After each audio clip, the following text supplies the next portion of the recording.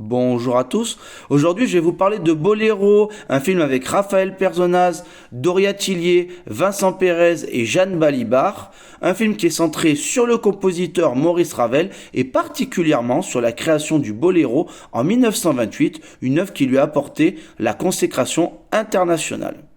Alors j'ai passé un bon moment, c'est un film qui est assez classique, un biopic assez classique, mais en tout cas qui est très agréable à regarder, notamment parce que on connaît pas grand-chose de Maurice Ravel, on connaît bien sûr le boléro, la musique est très très connue puisque c'est la musique la plus jouée au monde, ils le disent dans le film, mais son histoire personnelle, elle était assez inconnue, en plus c'est un français, donc écoutez, très très intéressant d'apprendre des choses sur un musicien quand même connu qu'on connaît pas.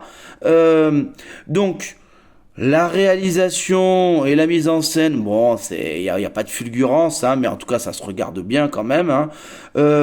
L'acteur principal qui joue Maurice Ravel, il joue très bien, surtout qu'il a une personnalité vraiment particulière, Maurice Ravel, dans le film. Donc, je trouve que l'acteur, il est vraiment captivant. L'actrice qui joue Ida Rubinstein, donc Jeanne Balibar, je trouve qu'elle joue aussi très bien. Elle est complètement hypnotisante. Quand on la voit, elle crève l'écran et elle a vraiment une joie de vivre et puis elle a vraiment du charisme, quoi. Par contre, Doria Tillier, je suis désolé, moi je trouve qu'elle joue pas très bien et Vincent Pérez c'est la même. Et j'ai déjà vu dans le film là sur l'escrime, mais c'est déjà ça. Mais bon écoutez, moi c'est peut-être moi, j'en sais rien, mais en tout cas j'ai l'impression qu'il joue pas très bien. Bon. Y a un bon équilibre dans le film entre l'histoire et les moments musicaux.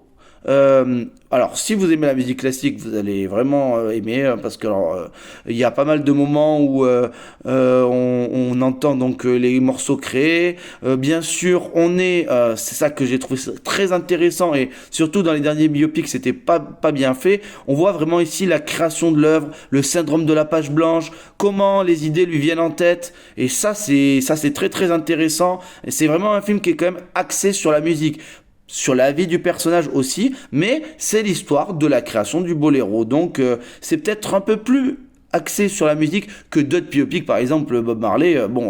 C'était pas tant axé que ça sur la musique, c'était plus sa vie personnelle, son engagement politique. Non, là c'est un film sur la musique. Bon, moi j'ai juste un reproche à faire, on va dire principalement, c'est que je trouve que les dernières 20 minutes, je sais pas si elles sont vraiment indispensables. Une fois que le boléro est fait, on a sa fin de vie, on voit comment il finit ses jours.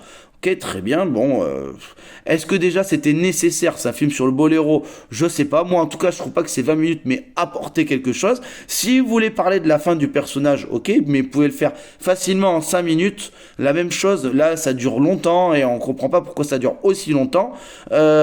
Bon. Est-ce qu'il fallait cutter? Est-ce qu'il fallait que ça soit moins long? Bon, c'est pas moi le réalisateur, mais moi en tout cas, je trouvais que ces 20 minutes-là, elles n'étaient pas forcément très utiles. D'autant plus qu'il y a quelques flashbacks pendant le film aussi. Je sais pas vraiment ce qu'ils apportent au récit, avec sa mère et tout ça.